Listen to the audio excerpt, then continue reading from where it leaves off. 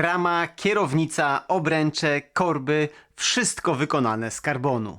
Kaseta, przerzutka, hamulce, najnowsze Shimano XTR. Lekki silnik Bosch SX, łatwo wyjmowalna bateria, skok zawieszenia 150 mm i realna masa roweru 18,5 kg. I teraz pytanie, czy to jest w końcu elektryk, który jeździ jak normalny rower? Raimon Aerox Ultra. Zapraszam na recenzję tej niesamowitej maszyny. Materiał powstał na zlecenie firmy Raimon, ale firma ta nie miała wpływu na to, co mówię, ani na to, co pokazuję w tym wideo. Dla kogo jest ten rower? Uważam, że jest to świetna maszyna dla każdego fana kolarstwa górskiego. Zwłaszcza dla osób, które rozważają zakup pierwszego elektryka, ale obawiają się masy roweru większej niż w przypadku rowerów analogowych. Jest to również idealna propozycja dla kobiet. Kobiety statystycznie mają mniejszą masę od mężczyzn i zdecydowanie przyjemniej będzie im się jeździło na lekkim e-bajku. Choć sprzedawca w sklepie rowerowym może ci wmawiać coś innego. I powiem wprost. Lekki e-bike to dla wielu osób dużo lepszy wybór niż ciężki full. Pozwól, że na początku omówię konstrukcję ramy roweru Raimon Aerox Ultra. Ten rower to typowy ścieżkowiec z pełnym zawieszeniem o skoku 150 mm. Przedni i tylny trójkąt wykonany jest z karbonu. Konstrukcja zawieszenia? Czterozawiasowiec z ogniwem Horsta. Klasyka. Szacunek dla Raimona za bardzo dobry i nowoczesny projekt ramy.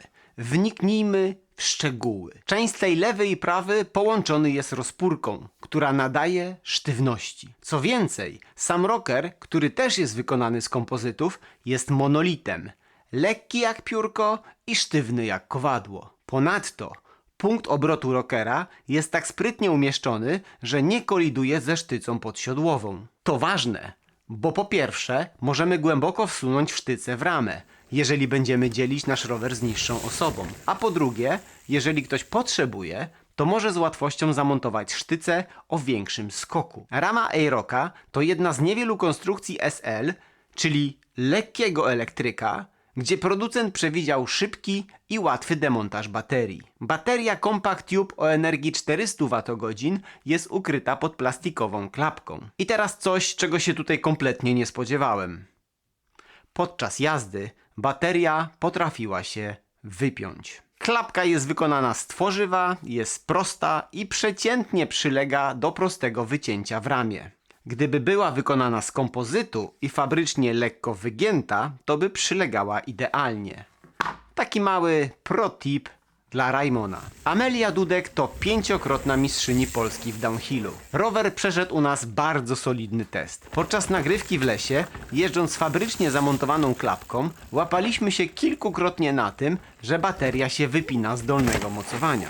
U góry bateria trzyma się solidnie w zamku, natomiast na dole trzyma ją tylko mały plastikowy wypustek. Dokładnie ten. Reasumując, do jazd rekreacyjnych oryginalne rozwiązanie działa super. Do ekstremalnej jazdy zepnij klapkę paskiem i nie ma tematu. Demontaż baterii jest dosyć łatwy. Przesuwamy przesuwkę, zdejmujemy klapkę, imbusem 5 lub 6 mm wciskamy przycisk i bateria się wypina z zamka. Następnie ciągniemy za baterię i wyjmujemy ją z roweru. Montaż jest trudniejszy, bo musimy dobrze pocelować, aby wspomniany ząbek siadł dobrze w metalowej szynie.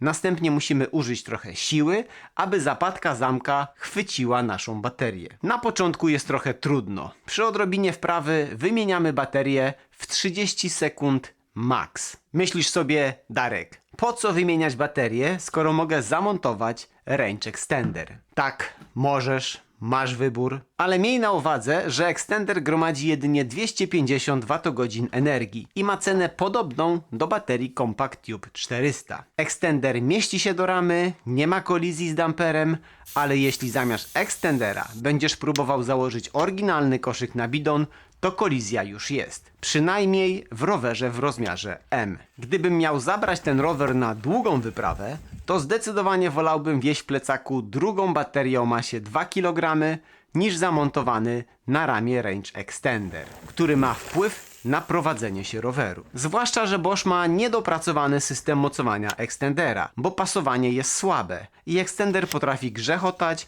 podczas jazdy terenowej. Baterię możemy ładować poza rowerem lub poprzez gniazdo ładowania umiejscowione nad silnikiem. Gniazdo chronione jest ładnie zaprojektowaną klapką. Rama jest bardzo smukła w okolicy główki ramy. I prawdopodobnie dlatego producent zdecydował się na minimalistyczny system kontroler, który działa w parze z lubianym przeze mnie wyświetlaczem Purion 400. Dane mamy wyświetlane w wygodnym miejscu, tuż przy mostku, a sam wyświetlacz jest dobrze chroniony przed ewentualnym uszkodzeniem. Do główki mamy wprasowane miski sterów półzintegrowanych ZS56 na dole i na górze. Poprzez stery, zgodnie z panującą modą, puszczony jest jedynie pancerz od sztycy podsiodłowej, przewód od hamulca oraz kabelek do wyświetlacza. Stery FSA są ładnie zaprojektowane, sprytnie uszczelnione, a pancerze nie są mocno zgięte, dzięki czemu manetka od sztycy chodzi bardzo lekko. Przeglądając katalog firmy Raimon, zauważyłem, że większość ich rowerów jest przystosowana do montażu podnóżki. I to dobre rozwiązanie, bo nie każdy kupujący taki rower potrzebuje latać nim wielkie hopy. Możliwość zamontowania podnóżki jest bardzo praktyczną opcją przy rekreacyjnym zastosowaniu roweru. Muszę przyznać, że rama jest wykonana bardzo estetycznie i precyzyjnie. Lakier wygląda pięknie, a pod nim w słońcu widzimy strukturę włókien karbonu. Miłym dodatkiem jest osłona łożysk i punktu obrotu wahacza za pomocą przyklejonych, dobrze spasowanych gum. Osłona częsteja jest bardzo precyzyjnie zaprojektowana i solidnie przyklejona. Pomimo, że podczas jazdy mam zwyczaj ocierać piętami o wahacz, taka moja wada, to nie ma tutaj mowy o nadszarpywaniu tej gumowej osłony. Z technicznego punktu widzenia uważam, że jest to świetnie zaprojektowana rama, a rama to podstawa każdego dobrego roweru.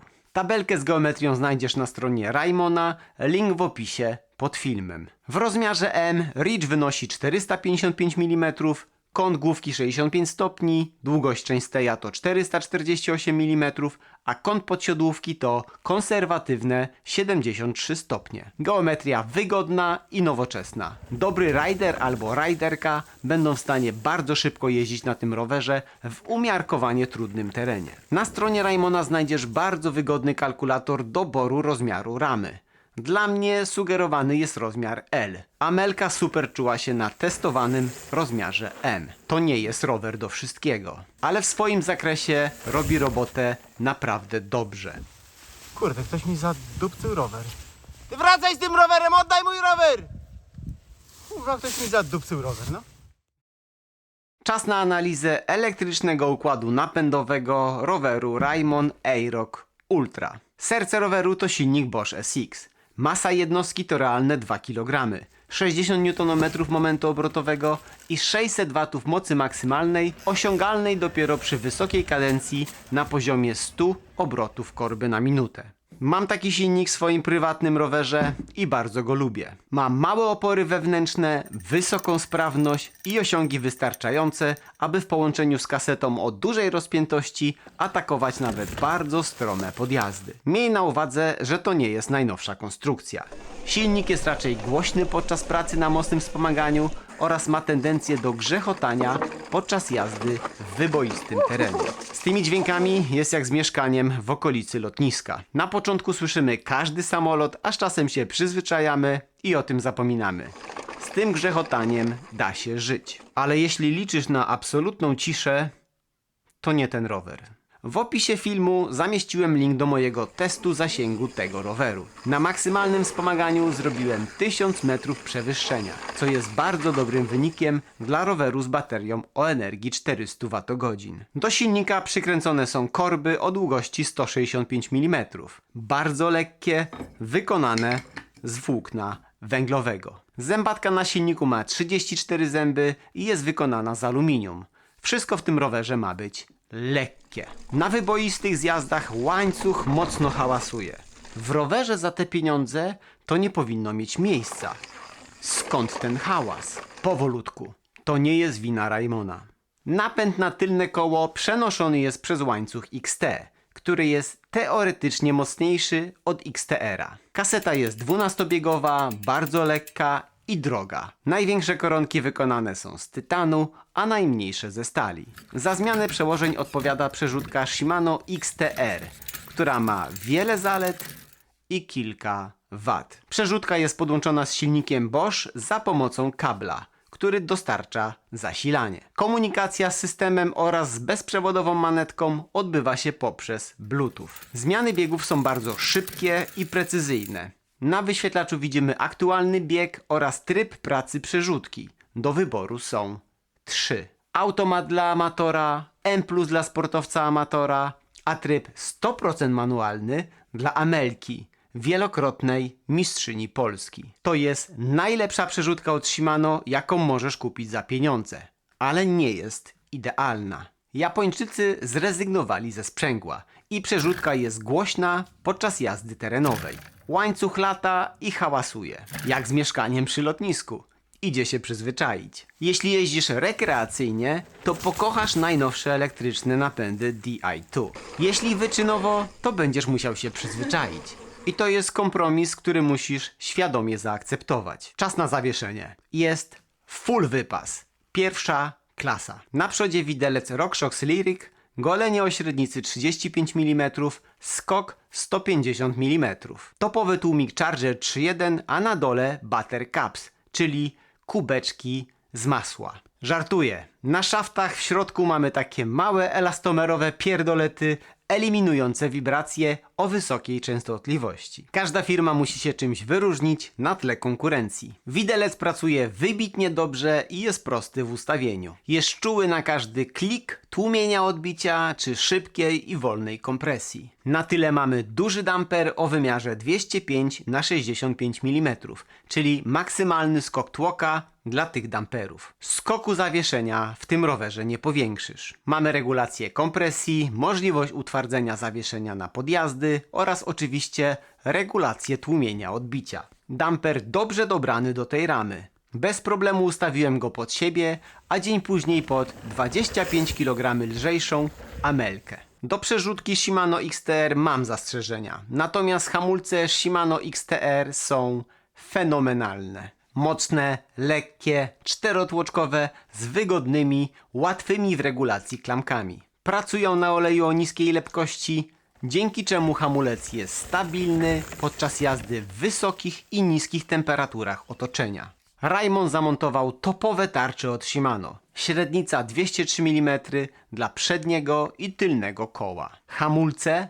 Nie mam zastrzeżeń. Absolutny top. Tak jak wspomniałem, rower jest szokująco lekki. Gotowy do jazdy z pedałami i koszykiem na bidon ma masę 18,5 kg. Aby uzyskać tak niską masę, producent musi dbać o każdy detal. Lekka rama, lekka kierownica karbonowa czy lekkie koła. Koła mają średnicę 29 cali, obręcze są wykonane z karbonu, szprychy są płaskie, a piasty lekkie. Jestem fanem obręczy karbonowych, ale trzeba pamiętać, że nie są one niezniszczalne. Podczas testów w Bielsku obręcz została zaatakowana przez dziki kamień, który zostawił na niej ślad już na wieki. Obręcze są fabrycznie starannie zataśmowane i gotowe do zamleczenia. Oryginalnie mamy zamontowane drogie i lekkie dętki wykonane z TPU, czyli termoplastycznego poliuretanu. Masa takiej dętki to jedyne 35 gramów. Jedną taką dętkę uszkodziliśmy w Lasku Wolskim. Klasyczny Snake. Powtórzę, specyfikacja roweru jest bardzo dobra. Lubię zastosowane opony, dedykowane do rowerów ścieżkowych z bardzo agresywnym bieżnikiem Kryptotal. Mieszanka Endurance na tyle zapewnia niskie opory toczenia i długą żywotność opony, a mieszanka Soft na przodzie dobrą przyczepność. Podczas testów roweru nic w nim nie modyfikowałem. Moje były tylko pedały. Z drugiej strony, po co modyfikować coś w rowerze w topowej specyfikacji? I teraz moment prawdy. Ile kosztuje ten rower? I mało, i dużo. Zależy dla kogo. Cena detaliczna wynosi 35 000 złotych za rower w topowej specyfikacji. Jeżeli jest poza Twoim budżetem, to warto rozważyć tańsze modele. Przy czym nawet najtańszy model A-Rock Pure za 21 299 zł ma caluśką ramę wykonaną z karbonu. Ogólnie marka Raymond słynie z rowerów o bardzo dobrym stosunku ceny do wyposażenia i jakości. Jak ten rower podjeżdża? Szybko.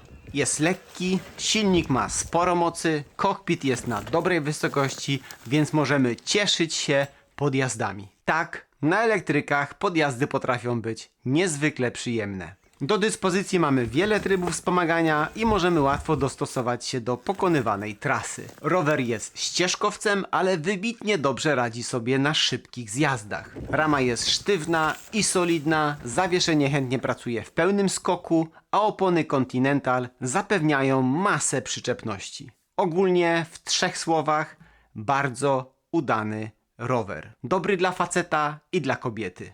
Jeżeli Ciebie stać, to zdecydowanie polecam prezentowany, wszystko mający model Ultra. To jeden z najbardziej kompletnych, lekkich e-bike'ów, na jakim jeździłem. Jeśli szukasz lekkiego e-bike'a, który jeździ jak normalny rower, to jest to bardzo mocna opcja. A na koniec oddajmy głos komuś, kto naprawdę potrafi jeździć na rowerze.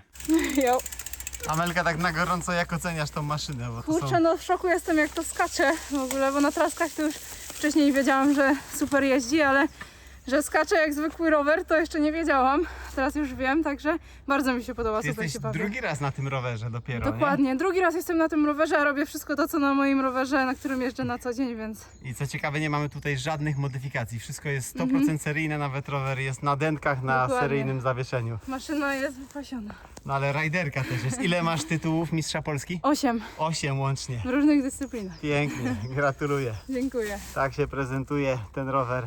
super rower. Dobra, teraz trzeba to wszystko poskładać i pomontować.